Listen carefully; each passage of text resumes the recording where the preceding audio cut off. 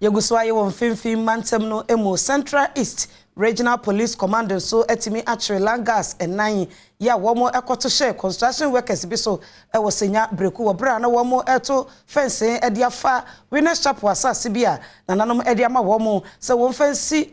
suapon kase e wo mansini no emu.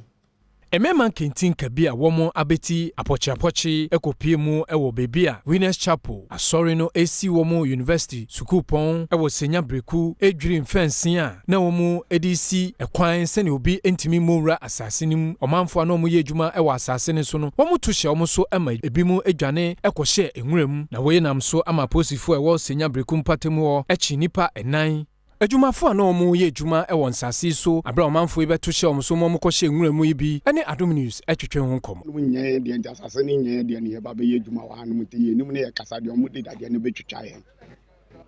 wo na omo bubu ne nyina se dan na ye demu ne nyina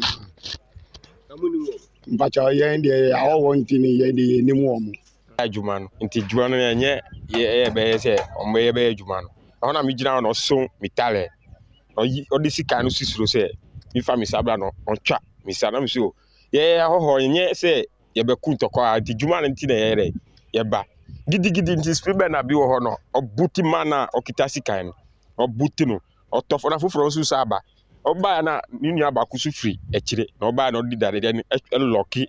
sikan no e dani ntoko na omunkrom ni ba ku bi ba se o we ma se bibia nti nyama ye be fa bibia ye be da koro ayenya Ohini owo Bereku Royal Anona family. Neyi akono kwao. Enkwantan ekaseti anamontu a emema kentin kai etuye. Ya no anase ekrom ha no dia yewa ha ne senior high school ba kope. Hwenkan na nyame aye Adom ma Winners Chapel. E ba be si university wa ebe boa school leavers. O ma we SS. Na binimo o mfim bia na ba be ko university wa ha no. Nipa bonifo amambonfo bi so asori se Nia Winners Att started say omo ye no omato fence bia nipa bia akobugu ni egu ho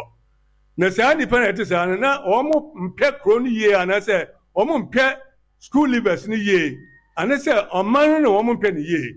na ye transit sa enye ndi ya ama police for official sankrofo no na omo ye sankrofo na embra bia wa Ghana say asesu ya say omo di a ebe ye no omo ni omo ndi na we de entansi ayenu gwase kwa masayaman